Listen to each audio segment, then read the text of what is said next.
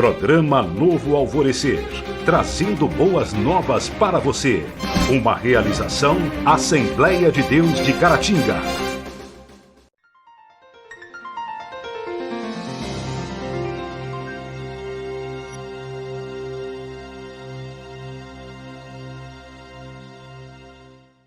Olá, meus irmãos, a paz do Senhor.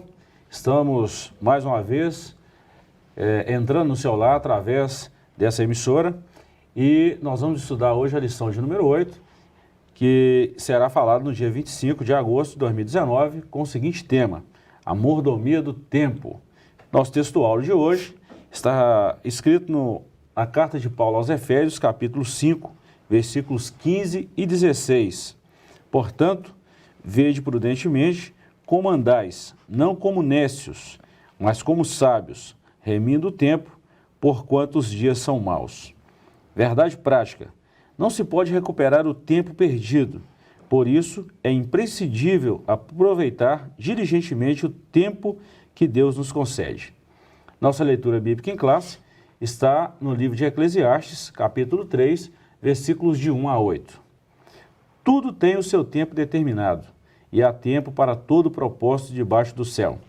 Há tempo de nascer e tempo de morrer, tempo de plantar e tempo de arrancar o que se plantou, tempo de matar e tempo de curar, tempo de derribar e tempo de edificar, tempo de chorar e tempo de rir, tempo de prantear e tempo de saltar, tempo de espalhar pedras e tempo de ajuntar pedras, tempo de abraçar e tempo de afastar-se de abraçar, tempo de buscar e tempo de perder, tempo de guardar e tempo de deitar fora, tempo de rasgar e tempo de coser, tempo de estar calado e tempo de falar, tempo de amar e tempo de aborrecer, tempo de guerra e tempo de paz. Então todos podem observar que hoje falaremos bastante sobre a conotação de tempo. Vamos à nossa introdução e assim comentaremos a nossa lição segundo o nosso tema. Introdução. Segundo a Bíblia, a origem do tempo está na intervenção de Deus ao criar o planeta Terra e o ser humano. No plano original, o ser humano foi criado para viver infinitamente, mas, após a queda, ele perdeu o direito à imortalidade e passou a experimentar um relacionamento finito com o tempo, onde passado, presente e futuro trazem a dimensão temporal da vida terrena. Assim, o ser humano percebe que sua existência é efêmera. Portanto, nesta lição, estudaremos o conceito de tempo, sua mordomia e proveito. Pois é, Joás, nós vamos estudar hoje sobre o tempo, o tema proposto, que é a mordomia do tempo. E nós vemos aqui no capítulo 3 de Eclesiastes, que é, ao meu ponto de vista, é o capítulo que tem a melhor conotação dos dois tempos. E nós vamos estudar dentro desse contexto do tópico 1 aí, né? 28 citações de tempo, né, de situações envolvendo o tempo, né, e assim, situações que são profundamente filosóficas, né, se a gente for pensar. O tempo, a questão do tempo não é uma questão resolvida para nós, né? A gente fala de tempo, é difícil conceituar o que seja, mas a gente tem uma intuição do que seja, né? Então, mas nessa lição a gente vai falar dos vários usos, né, da palavra, né, nas escrituras e procurar entender um pouco melhor. Interessante, eu acho que bem na introdução nós já vemos o conceito bíblico com relação ao tempo. Isso. Que o homem não foi criado para ter essa interrupção da vida. Não foi feito para morrer, né? Exatamente. Então, esse tempo aí, ele foi estabelecido a partir da entrada do pecado na humanidade, que afetou o tempo também, né? Afetou o tempo de vida, melhor dizendo. Alguns comentaristas vão dizer que para Adão só existia o presente, né? Se for olhar na perspectiva, por exemplo, de Agostinho, né, quando ele fala de tempo, né, a única coisa que existe é o presente. Aí ele chama o presente real de eternidade, né? Eternidade é o presente. Exatamente. O presente de fato. Porque o presente que a gente fala que é presente, na verdade não existe, já passou, virou passado a 2 segundos, a 1 segundo, né, a 1 milésimo de segundo. Então, essa perspectiva de tempo mesmo, passado, presente, futuro, veio depois da queda, né? Exatamente, e até mesmo aqui na introdução é um momento oportuno para a gente falar disso, né? Há aquelas linhas teológicas que acreditam, você que está nos ouvindo, há aquelas linhas teológicas que definem a questão de tempo, até mesmo na criação. Há aqueles que dizem que o dia na criação era diferente desse dia, o tempo da criação é diferente desse tempo que nós conhecemos hoje. Mas nós entendemos pela Bíblia que desde quando Deus criou o mundo e definiu tarde e manhã do primeiro, segundo, terceiro dia até o sétimo, onde ele descansou, o tempo continua sendo o mesmo, não houve variação. A gente tende a ir mais para essa linha da teoria da Terra jovem, né? Sim. Que é como é conhecido, né? Os Exato. dias literais, né? Literais. A gente está falando exatamente no conceito do Cronos e o Kairos, né? Apesar de que a nossa lição está falando bastante de remir esse tempo, da mordomia, saber como usar o tempo, então é bom a gente falar isso. Pois bem, Joás, desde esse primeiro capítulo aqui nós temos o conceito importante de tempo, aí nós vamos definir a palavra tempo, tempo da Bíblia e na teologia, e também nós vamos falar no capítulo 2, no tópico 2 aí, a mordomia do tempo. E encerrando a lição, nós vamos falar como aproveitar bem esse tempo, que é a dificuldade de todo mundo hoje. Todo mundo falando que está sem tempo, e na verdade o dia não mudou, né? Continua as mesmas 24 horas, é igual para todo mundo. Então nós vamos lá, o conceito importante de tempo, o ponto 1, a palavra tempo. Tempo significa série ininterrupta e eterna de instantes, medida arbitrária da duração das coisas, época determinada. Ele é a duração dos fatos, é o que determina os momentos, os períodos, as épocas, as horas, os dias, as semanas, os séculos e etc. A gente mede o tempo de várias maneiras, né? Então, o tempo é essa duração, né? Que é estipulada para os fatos, né? Então, e a gente usa o tempo em coisas como aqui vai ser citado, né? O tempo musical, né? As pausas, as notas, a duração das notas, é uma medida, o tempo é uma medida para nós, né? O tempo verbal, né? Para você estipular a ação do sujeito, né? Você tem que dizer se essa ação aconteceu, está acontecendo, vai acontecer, então tem tempo verbal também. Se há uma concordância ou não, então, até mesmo de limites, né? A gente tem vários usos do tempo aí, né? Verdade. Quando a gente define essa palavra tempo, é bom a gente lembrar que é uma série ininterrupta, o tempo ele vai cadenciando as nossas ações, nós podemos assim definir. Não tem pausa, né? Não tem pausa, ele é constante. Bom, nós falamos aqui a definição de tempo. Vamos então falar isso de acordo com a Bíblia e até mesmo a teologia que nós ensinamos? Deus criou o tempo, ele o formou com o objetivo de estabelecer ciclos para as suas obras criadas. Nesse aspecto, o homem também buscaria o seu Criador no tempo. Assim, sem dimensão do tempo, o homem não compreenderia sua origem, começo, nem muito menos o conhecido ou o conceito da eternidade. A Bíblia emprega significados variados, sentidos reais e metafóricos do tempo. Vejamos. Então vou só deixar bem definido que a Bíblia também faz a citação do tempo. Na verdade, o tempo vem do próprio Criador, né? Lá no começo, né, tarde, manhã, o primeiro dia, né, já é uma medida de tempo, né? Verdade. Então, foi ele que criou. Na criação, ele já criou o tempo, né? Engraçado que um dos fatos antigos, nós vamos até mencionar isso aqui de uma vez, como esse tempo era medido nos tempos remotos, onde não havia o relógio, não havia essa exatidão que nós temos hoje, né? Não havia o relógio, que eu digo digital, analógico, por aí vai.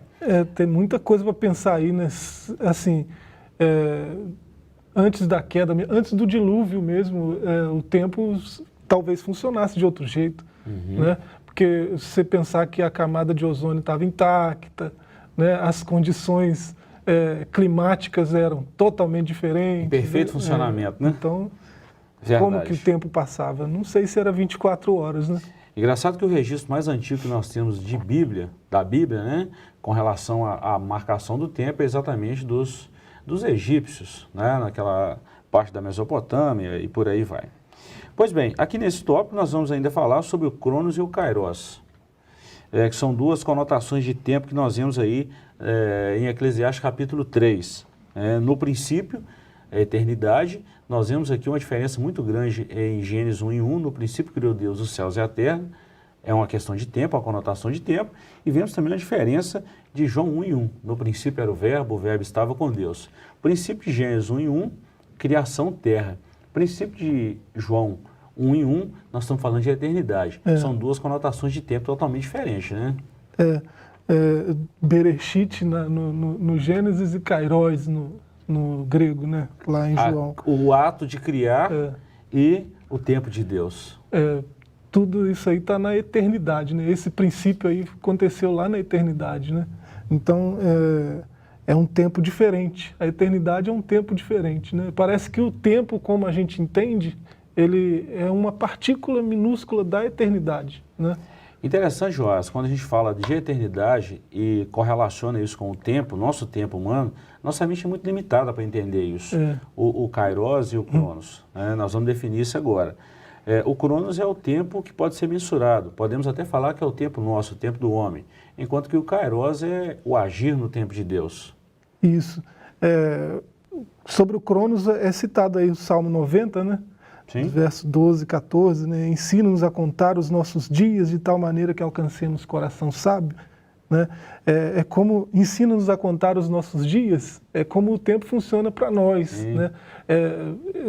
Moisés, né, que é o salmista aí, ele está pedindo que Deus o capacite, o ensine a medir o tempo da perspectiva dele. Né? Ele tem uma visão de tempo diferente de Deus. E ele quer que Deus ensine ele a entender essa visão de tempo que ele tem. Né? Então, se essa oração é respondida, o sujeito alcança uma sabedoria muito proveitosa, né, para a vida. Sua lembrança foi muito boa. Como que nós vemos pela Bíblia que Deus enxerga esse tempo, presente, passado e futuro? Apesar de que presente, passado e futuro, isso é uma linguagem humana. Para Deus não existe isso. Deus consegue enxergar tudo ao mesmo tempo. Para Ele, o presente, tanto como o passado e o futuro, Ele enxerga no mesmo contexto. Não há essa separação. Porque nós estamos falando de um Deus que é eterno. Né? Então, a visão dele é uma visão completa sobre essa questão de tempo. Mas na denotação humana, nós observamos essa separação. Por isso, a palavra Kairos aí, né, para esse tempo de Deus, aparece em primeiro lugar lá em Mateus 13, verso 30, né? Depois Atos 1:7, e é citado aqui segunda carta de Pedro, né? Capítulo 3, verso 8, um dia, 1000 anos, um dia. Né? Está dizendo que para Deus, da perspectiva de Deus, essa visão que a gente tem de tempo não serve, porque ele não está preso ao tempo, ele se manifesta no tempo aonde ele quiser. Né? Então ele é eterno. Né? Aí nós estamos falando da nossa soberania. Né? Esse Kairos aí. Pois bem, nós vamos para um breve intervalo, voltamos já já.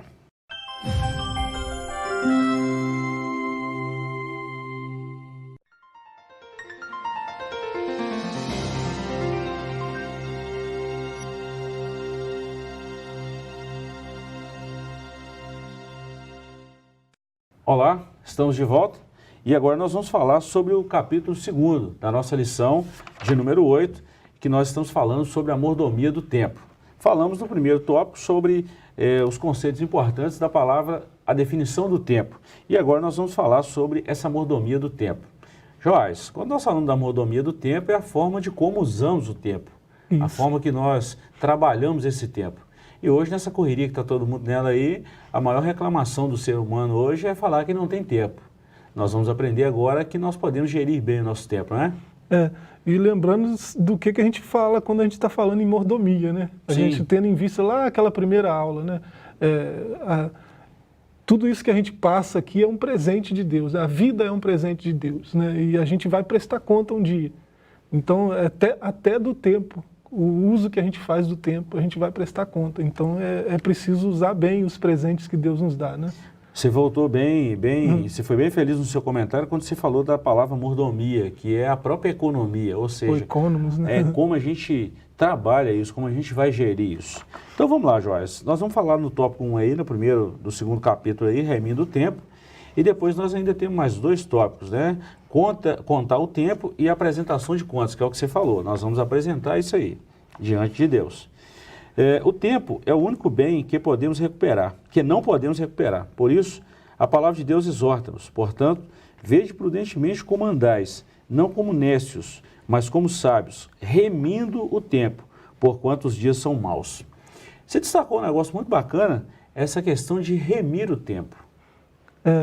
No termo aí, no verso 15 do capítulo 5 de Efésios, a palavra remir dá uma ideia de alguém que está pagando para resgatar alguma coisa, né?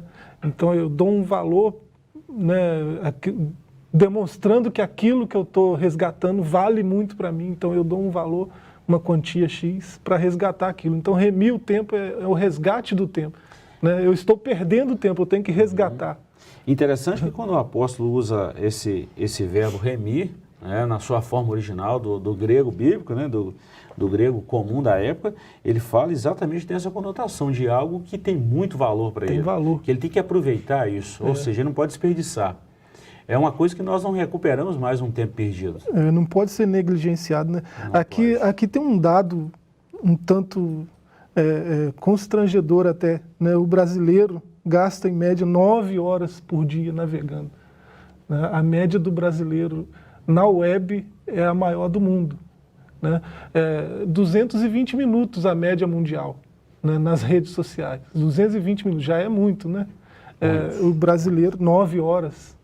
Então é um negócio, como que a gente está usando o nosso tempo, né? Nós precisamos até repensar sobre isso, o uso excessivo das mídias sociais. É bom, serve para a gente conecta em todas as partes do mundo, mas o excesso, isso é complicado. Na verdade, tudo em excesso é complicado, né? O que eu posso fazer para resgatar um pouco desse tempo que eu estou usando assim tão, né, displicentemente, né? Jó, no capítulo 8, verso 9, ele diz que os nossos dias são como a sombra. Verdade. Né? Passa a sombra, conforme você vai caminhando, ela some, né? Os nossos dias são assim. E é bom lembrar, Joás, que a rapaziada nova que está chegando agora, né?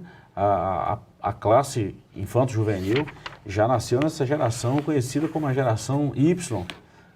Aquela geração voltada mesmo para a tecnologia que acaba abusando do tempo em coisas que podem ser prejudiciais à sua própria saúde, à própria espiritualidade. Então, nessa questão de remir o tempo, nós podemos até fazer essa aplicação, a palavra nos dá direito, é de saber usar o tempo com uma certa sabedoria. Isso. Né?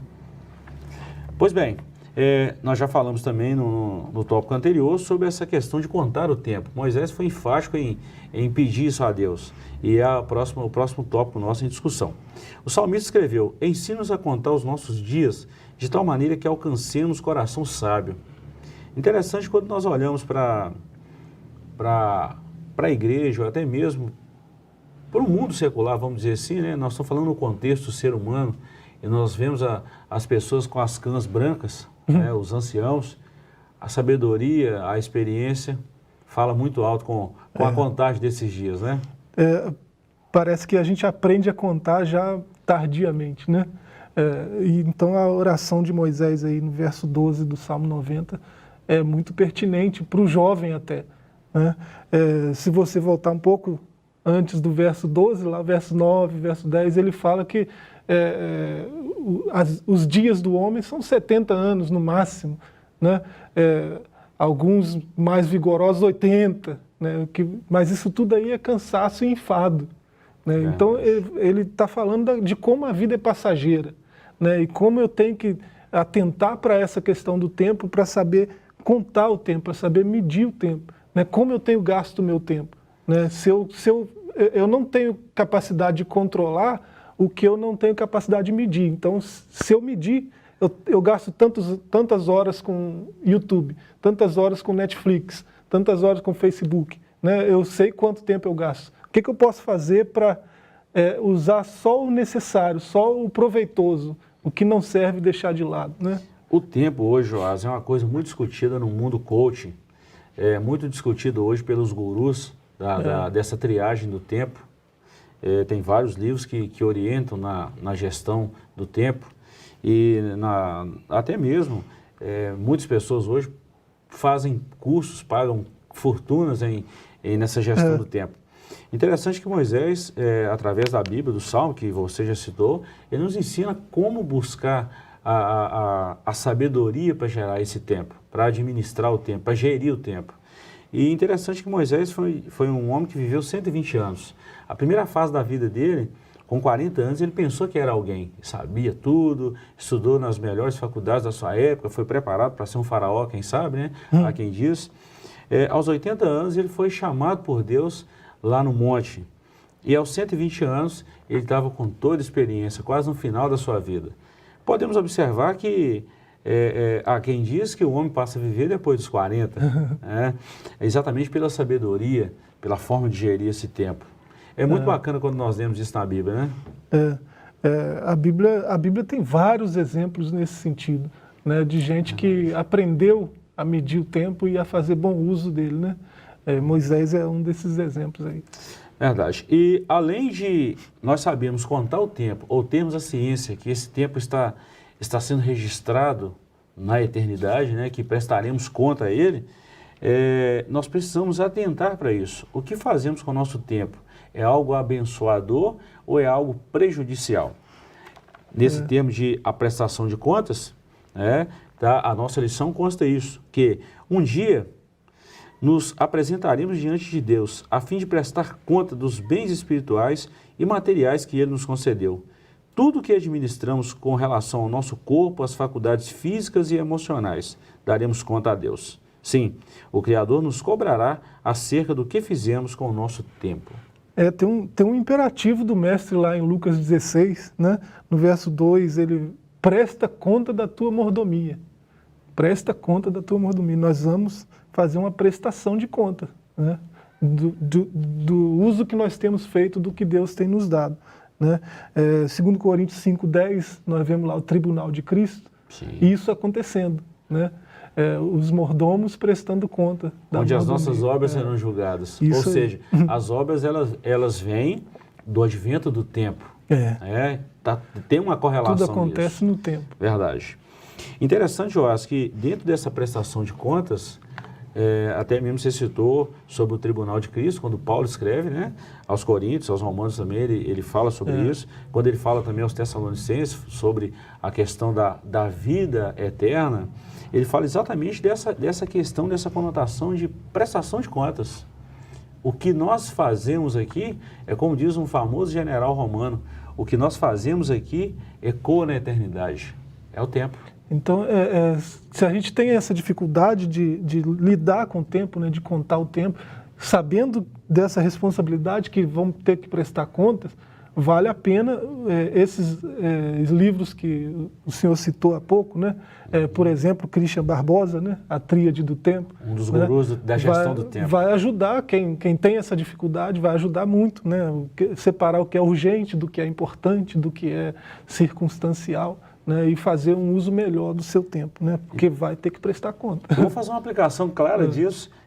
Esses dias eu estava acompanhando alguém que estava doente, estava hospitalizado, e eu vi lá na UPA uma questão da gestão do tempo. O que é emergente, o que é urgente, o que é prioridade. Então nós devemos pensar isso também na nossa vida com relação à gestão do tempo. O que podemos, o que não podemos. Se isso é benéfico ou não.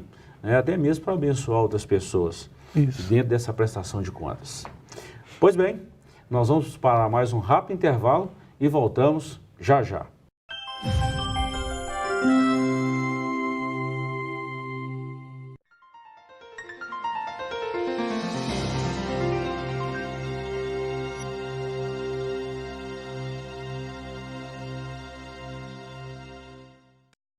Olá, estamos de volta e vamos continuar a nossa lição do dia 25 de agosto e nós estamos falando sobre a mordomia do tempo. Falamos no primeiro bloco sobre o conceito importante da palavra tempo.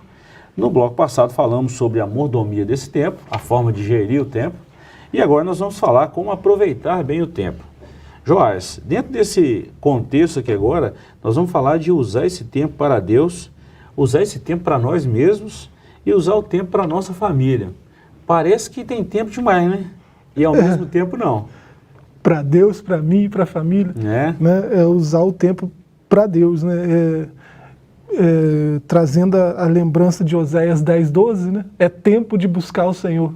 Verdade. É tempo de buscar o Senhor. Então, é usar o tempo para Deus, né? Até quando eu administro melhor o tempo para mim, para minha família, eu estou usando melhor o presente de Deus, né? Que é esse tempo.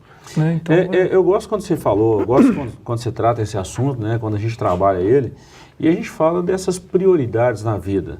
Há aqueles que dizem, falam de prioridades, trabalho, igreja, família. Eu acho que a gente poderia definir um padrão, não nós, né, mas é um padrão pré-estabelecido pelo próprio Deus, registrado em toda a Bíblia Sagrada, sobre a gestão desse tempo. O que é prioridade para nós hoje? Como sempre foi em todos os tempos. Deus está acima de tudo e de todos. O nosso tempo maior é para o Senhor. E até quando ele falou com a mulher samaritana, Jesus deixou isso bem claro, que chegaria o tempo, olha bem, chegaria o tempo em que os verdadeiros adoradores adorariam o Pai em espírito e em verdade, ou seja, em qualquer lugar e em qualquer momento, a prioridade sempre será Deus. Logo após, nós vamos falar desse tempo, da gestão desse tempo para a própria família. A família precisa ter essa prioridade, depois o nosso trabalho e depois a igreja. Não é que nós estamos desmerecendo um em função do outro. É porque se eu não estiver bem com Deus, não estiver bem com a família, eu não vou estar bem na igreja, muito menos no trabalho. Alguém que não está bem com Deus já não está bem. Né? Já não está bem. Imagina esses outros âmbitos aí da Ou vida. seja, a prioridade do nosso tempo precisa ser para Deus. Vamos lá. O crente, especialmente os obreiros, que nós estamos falando dos pastores, obreiros na casa do Senhor, precisam reservar tempo para a oração. São momentos da vida de devocional diária, oração, estudo da palavra, que não podem faltar em nossa vida piedosa. Eu sempre falei isso, Joás, defendi que nós precisamos ter um devocional sadio, começar o dia bem, começar o dia com o Senhor. Um comentarista bíblico que todos respeitam, né? Thomas e Tresk, né? Dependente da linha teológica, se você é calvinista, se é arminiano, se você é puritano, você respeita o Thomas e Tresk. O camarada tinha um devocional todo dia, de 5 a 7 da manhã. Ele escreve isso, né, num dos seus livros. Então, passava 2 horas do dia, as 2 primeiras horas do dia, ele passava diante do Senhor, né? Em oração, em leitura. Interessante quando nós olhamos o conceito da sabedoria na Bíblia, até mesmo o próprio Salomão, um dos homens mais sábios, ele fala da gestão desse tempo em relação à sabedoria. Quando ele escreve em Provérbios 8:17, eu amo os que me amam, os que de madrugada me buscam, me encontram, ele não está se referindo ao próprio Deus, está falando da sabedoria. E a sabedoria, ela precisa ser buscada. E ele está falando bem de madrugada, ou seja, o primeiro contato nosso ao acordar deve ser com o Senhor. Né? Cedo, quanto antes. Logo pela manhã. E aqui o comentarista destaca 2 pontos, na oração e na leitura da palavra. Uma vez alguém perguntou para um sábio, o que é mais importante, a oração ou a leitura da Bíblia? E esse sábio retrucou e falou assim, qual é mais importante para um pássaro? A asa direita ou a asa esquerda? Aí ele observou que as 2 coisas precisam andar juntas, né? Tanto a oração quanto a palavra, uma precisa corroborar com a outra, uma completa a outra, podemos dizer assim, ou é inseparável as 2 aí. Essa metáfora aí aparece muito na patrística, né? Luz e fogo. Sim, né? sim. O Senhor mesmo falou, né? Palavra, poder de Deus e palavra, né? Sim, então, não conhece nem as Escrituras, nem o poder de Deus. Foi até mais longe, né? Ele acusou os fariseus, né? Então nós precisamos ter um tempo, tanto para a oração, que é uma ligação direta com Deus, e também a palavra, que nos leva ao Senhor também. São os 2 veículos que nos comunicam, que nos conectam com Deus. E eles andam juntos, né? Luz e fogo. Exatamente. Aonde tem fogo, tem luz. Exatamente. Né? São inseparáveis. No tópico 2, nós vamos falar sobre o uso do tempo para nós mesmos. O apóstolo Paulo exortou a Timóteo a cuidar de si mesmo, em primeiro lugar. O apóstolo João desejou ao destinatário da sua 3ª carta que tudo fosse bem em todas as coisas. Assim, além de cuidar da vida espiritual, a palavra de Deus mostra que é importante cuidar da parte emocional, buscando o equilíbrio interior que tanto beneficia a mente e o corpo. Aí o apóstolo não está ensinando a ser individualista, a ser exclusivista, né, e nem nada do tipo. Ele está ensinando a você se cuidar antes de cuidar dos outros. Você precisa estar bem para promover bondade, né? Para promover justiça, para levantar alguém, para dar suporte. Você precisa estar bem. Então, se você não se cuida, né? Se não tem esse devocional, se não tem... Verdade. E interessante que quando a gente fala cuidar, usar esse tempo para a gente mesmo, que o apóstolo remete a esse contexto, quando Paulo escreve aos Coríntios, capítulo 6, versículo 19, ele até cita: não sabeis vós que o vosso corpo é templo do Espírito Santo? Ou seja, nós precisamos cuidar desse corpo, de uma alimentação saudável, de uma prática de exercício, cuidar bem da nossa saúde mental, fazer aquela higienização correta. É uma máquina, né? Dormir, ter a parte de repouso e fazer coisas que o corpo vai ficar bem. Não esquecendo de Deus. Deus está em primeiro tópico, isso aí não é indiscutível.